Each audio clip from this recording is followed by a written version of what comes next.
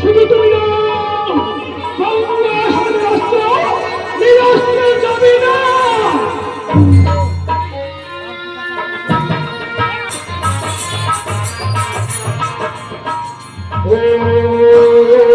বহু কণ্ঠে সৈন্যদের আত্মনাদ ভেসে আসছে।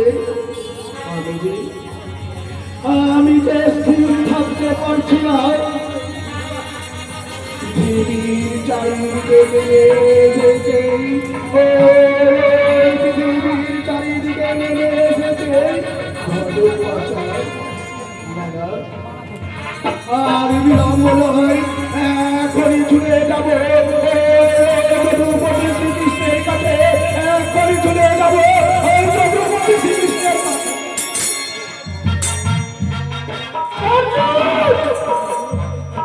যদুপতি কেন? বিধাতার ক্ষমতা নেই ওদের রক্ষা করবার। বিধাতার প্রয়োজন হবে না দেবী, বিধাতার প্রয়োজন হবে না।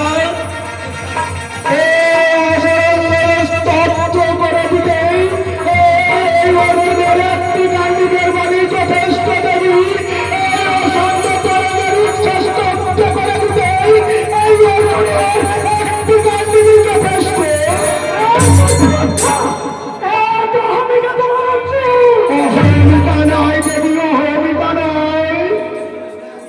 হচ্ছে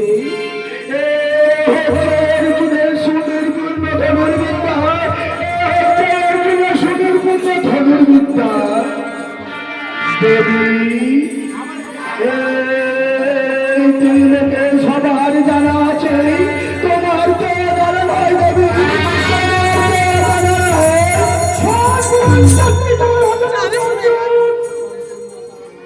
সম্পূর্ণ কারণ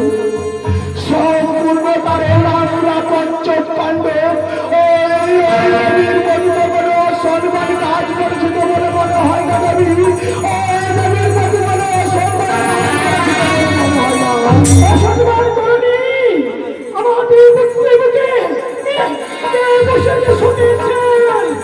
বুঝেছি মা, বুঝেছি। পিতামহের পতনে বড় বিচলিত হয়েছে মাতা, আমি চাই প্রতিশোধ, আমি চাই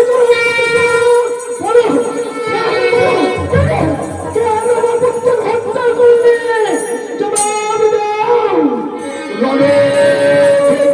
শত্রুকে নিবাদ করা কোনো ভূত নয় দেবী, রণক্ষেত্রে শত্রুকে নিবাদ করা কোনো ভূত নয় দেবী, কোনো ভূত নয়। বিশ্বকে কোনো শত্রু প্রার্থনা বলতে লজ্জা হলো না। জাতি হোসাই হয়েছিল বললাম, জাতি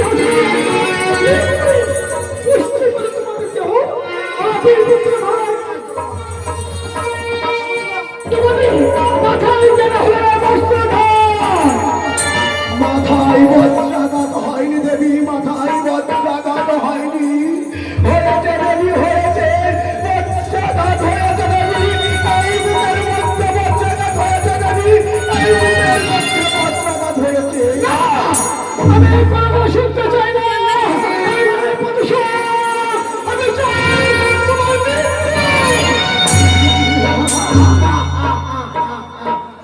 মৃত্যু।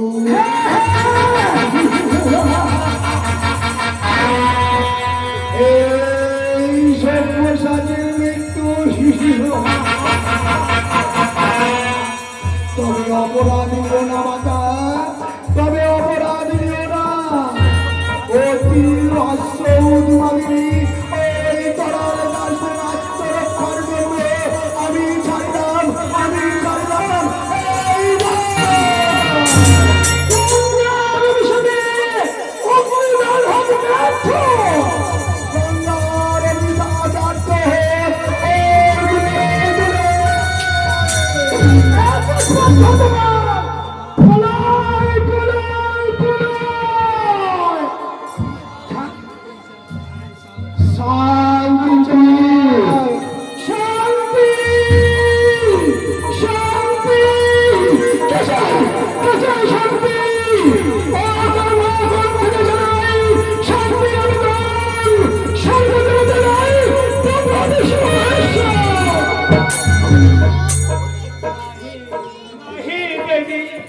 আমি মাটির মানুষ। যদুপতি, আমি যে শান্তির ভিখারি, তবে অশান্তি লাগবে কে? ওই ধর্মহীন নাস্তিকের দল। নিশ্চয় বললাম। লোকে বলে তাই। তুমি যা অশান্তি, তুমি যা ধ্বংস, তুমি যা যুদ্ধে রক্তস্বাদ বেরিয়ে আমার ধ্বংস চাও। দেবী, এ কি বলছো দেবী, এ কি বলছো? শান্ত হও সখা, তুমি এখন আপন আলারে যাও। যথাজ্ঞা প্রভু, আমি চললাম আপন আলয়ে প্রভু, আমি চললাম আপন আলয়ে। দেবী, যদুপতি, না না না, আমি তোমার কথা শুনতে চাই না। তুমি কাদের মায়ের ভগ্ন করেছো?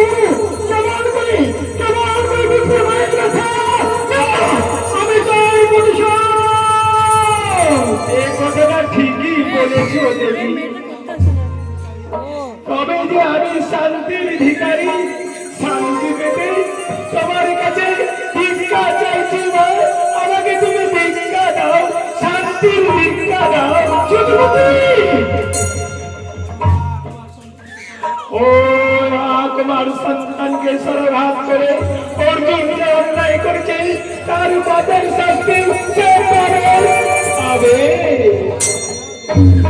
এরাও এরাও দেবী, ওই অর্জুনের মৃত্যু পাপ। তোমার জয় জয় আমার সহস্র প্রণাম।